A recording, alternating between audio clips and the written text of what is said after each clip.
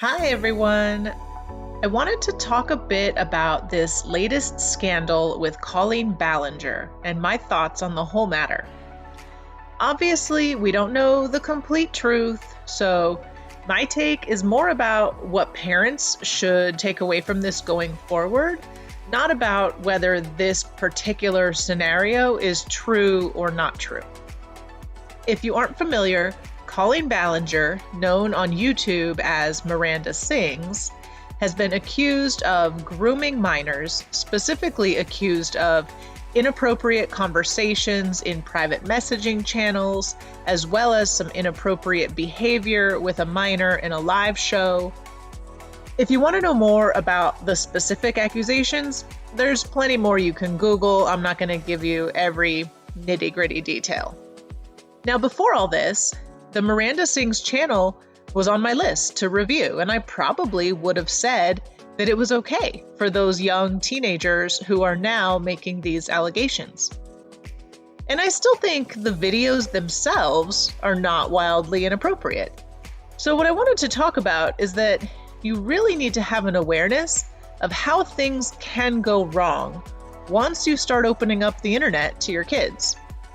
Now, in my opinion, it's hard to keep your kids completely away from sites like YouTube.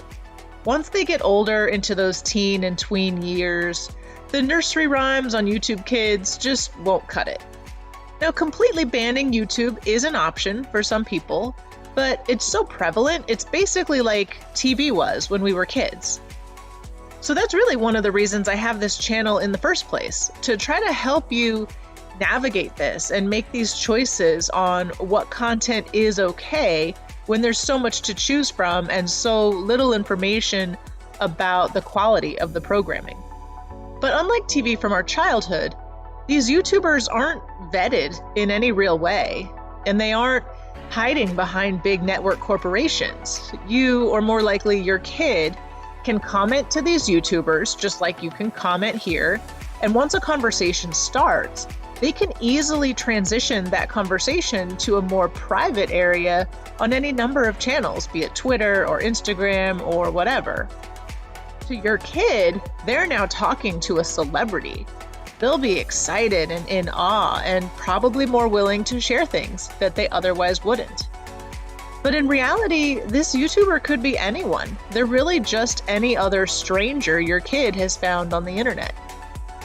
So really, it gets back to that basic internet safety. We all know the rules that we want our kids to follow when it comes to talking to strangers on the internet and what's okay and what isn't.